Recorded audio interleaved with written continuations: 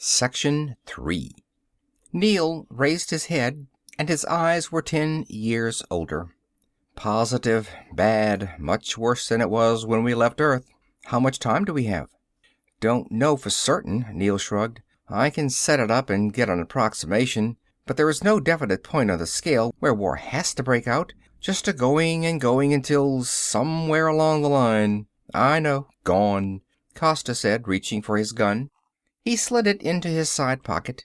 Now it's time to stop looking and start doing. What do I do? Going to kill War Marshal Lomorod? Neil asked distastefully.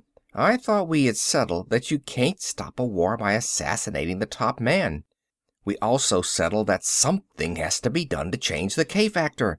The gun is for my own protection. While you're radioing results back to Earth and they're feeling bad about it, I'm going to be doing something. Now you tell me what that something is.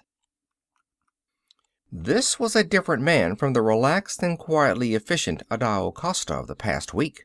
All of his muscles were hard, with the restrained energy of an animal crouching to leap. The gun, ready in his pocket, had a suddenly new significance. Neil looked away, reaching around for words.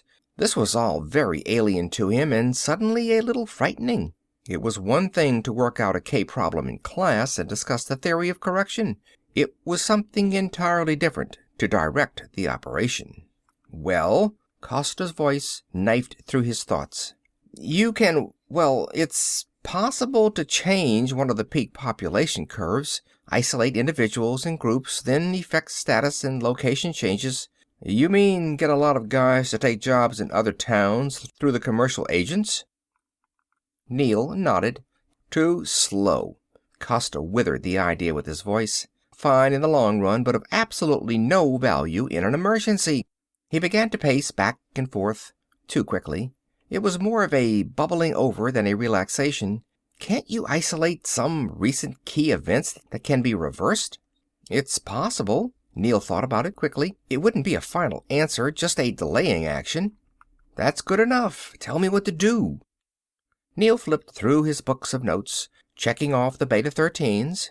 These were the reinforcers, the individuals and groups who were K-factor amplifiers. It was a long list which he cut down quickly by crossing off the low-increment additions and multiple groups. Even while the list was incomplete, Neil began to notice a pattern. It was an unlikely one, but it was there. He isolated the motivator and did a frequency check, then sat back and whistled softly. We have a powerhouse here, he said, flipping the paper across the table. Take this organization out of the equations, and you might even knock us negative. Society for the Protection of the Native Born, Costa read. Doesn't sound like very important. Who or what are they? Proof positive of the law of averages. It's possible to be dealt a royal flush in a hand of cards, but it isn't very common. It's just as possible for a bunch of simpletons to set up an organization for one purpose and have it turn out to be a supercharged, high-frequency K-factor amplifier. That's what's happened with this infernal SPNB, a seedy little social club dedicated to jingoists with low IQs. With the war scare, they have managed to get hold of a few credits. They have probably been telling the same inflated stories for years about the discrimination against natives of this fair planet, but no one has really cared. Now they have a chance to get their news releases and faked pics out in quantity, just at a time when the public is ripe for their brand of nonsense. Putting this bunch out of business will be a good day's work. Won't there be repercussions? Costa asked. If they are this important and throw so much weight around, won't it look suspicious if they are suddenly shut up, like an obvious move by the enemy? Not at all. That might be true if, for instance, you blew up the headquarters of the war party. It would certainly be taken as an aggressive move. But no one really knows or cares about this Society of the Half-Baked Native-Born. There might be reaction and interest if attention was drawn to them, but if some accident or act of nature were to put them out of business, that would be the end of it. Costa was snapping his lighter on and off as he listened to Neil, staring at the flame. He closed it and held it up. I believe in accidents. I believe that even in our fireproof age, fires still occur. Buildings still burn down. And if a burnt building just happened to be occupied by the SPNB, just one tenant of many, and their offices and records were destroyed, that would be of very little interest to anyone except the fire brigade. "You're a born criminal," Neill told him. "I'm glad we're on the same side. That's your department, and I'll leave it to you. I'll just listen for the news flashes. Meanwhile, I have one little errand to take care of." The words stopped Costa, who was almost out the door. He turned stiffly to look at Neill putting papers into an envelope. Yet Costa spoke naturally, letting none of his feelings through into his voice. "Where are you going?" "To see Hengly, the planetary operator here. Abravanel told me to stay away from him, to run an entirely new basic survey. Well, we've done that now, and pinpointed some of the trouble areas as well. I can stop feeling guilty about poaching another man's territory and let him know what's going on." "No. Stay away from Hengly," Costa said. "The last thing in the world we want to do is to be seen near him. There's a chance that he, might be compromised." "What do you mean?" Neill snapped. "Hengly's a friend of mine, a graduate—" "He might be surrounded 10 deep by the secret police. Did you stop to think about that?" Neill hadn't thought about it, and his anger vanished when he did. Costa drove the point home. Societics has been a well-kept secret for over 2 centuries. It may still be a secret, or bits of it might have leaked out. And even if the Himmelians know nothing about Societics, they have certainly heard of espionage. They know the UN has agents on their world. They might think Hengly is one of them. This is all speculation, of course, but we do have one fact. This society of native boobs we turned up, we had no trouble finding them. If Hengly had reliable field men, he should know about them too. The only reason he hasn't is because he isn't getting the information, which means he's compromised. Reaching back for a chair, Neill fell heavily into it. "You're right, of course. I never realized." "Good," Costa said. "We'll do something to help Hengly tomorrow, but this operation comes first. Sit tight, get some rest, and don't open the door for anyone except me." It had been a long job, and a tiring one, but it was almost over. Neill allowed himself the luxury of a long yawn, then shuffled over to the case of rations they had brought. He stripped the seal from something optimistically labeled chicken dinner. It tasted just like the algae it had been made from, and boiled some coffee while it was heating. And all the time he was doing these prosaic tasks, his mind was turning an indigestible fact over and over. It wasn't a conscious process, but it was nevertheless going on. The automatic mechanism of his brain ran it back and forth like a half-heard tune, searching for its name. Neill was tired, or he would have reacted sooner. The idea finally penetrated. One fact he had taken for granted was an obvious impossibility. The coffee splashed to the floor as he jumped to his feet. "It's wrong. It has to be wrong," he said aloud, grabbing up the papers. Computations and graphs dropped and were trampled into the spilled coffee.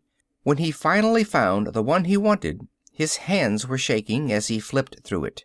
The synopsis of Hengly's reports for the past 5 years. The gradual rise and fall of the K-factor from month to month. There were no sharp breaks in the curve or gaps in the supporting equations. Societics isn't an exact science, but it's exact enough to know when it's working with incomplete or false information. If Hengly had been kept in the dark about the SPNB, he would have also been misinformed about other factors.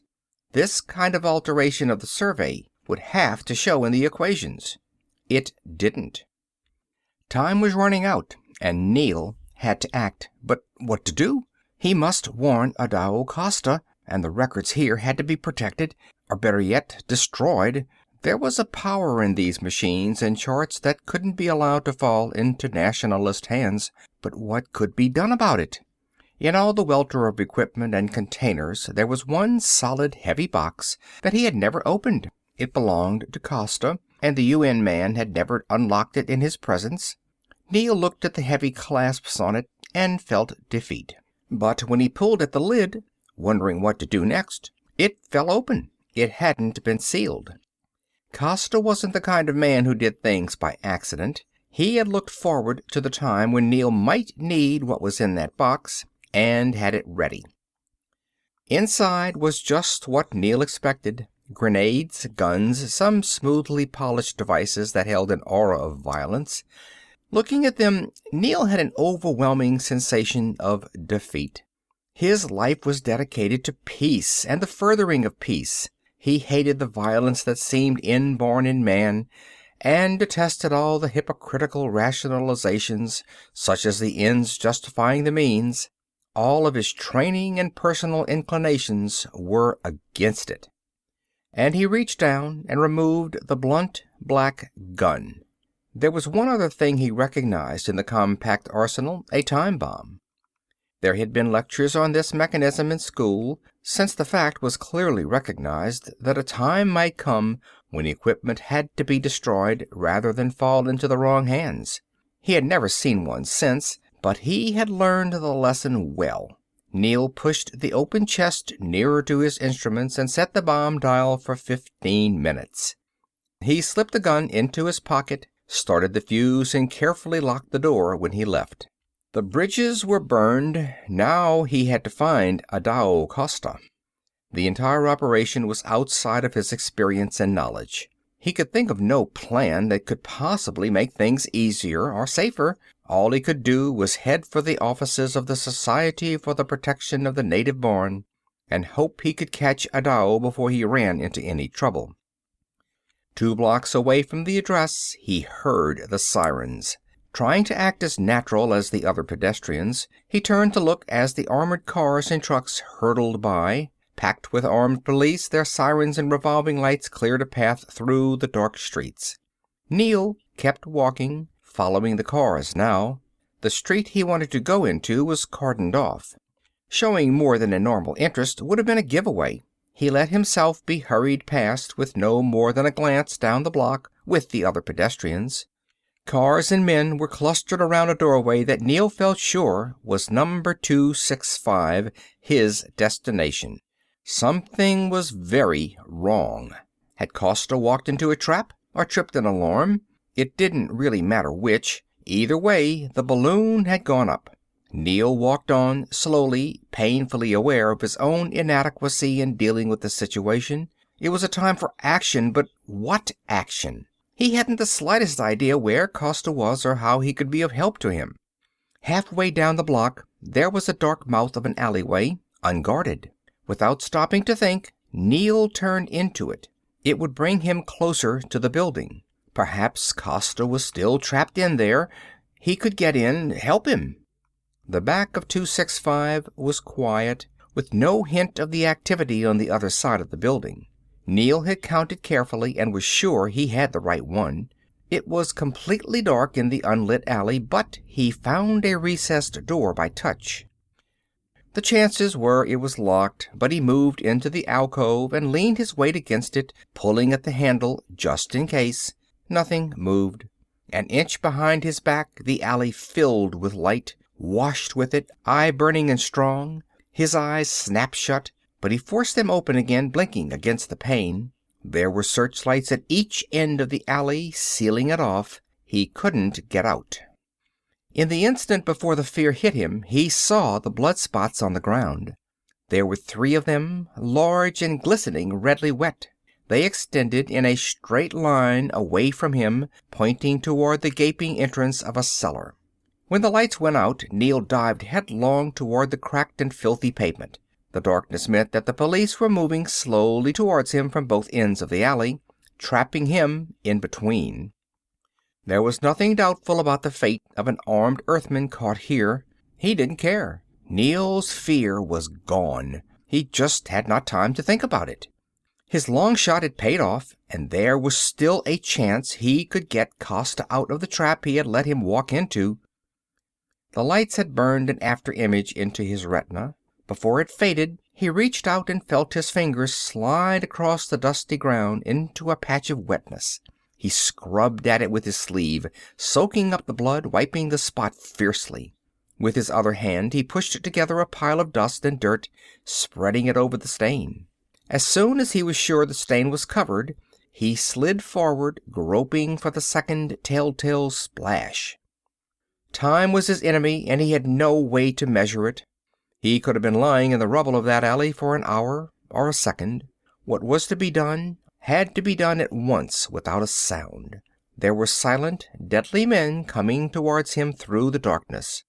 After the second smear was covered, there was a drawn-out moment of fear when he couldn't find the third and last.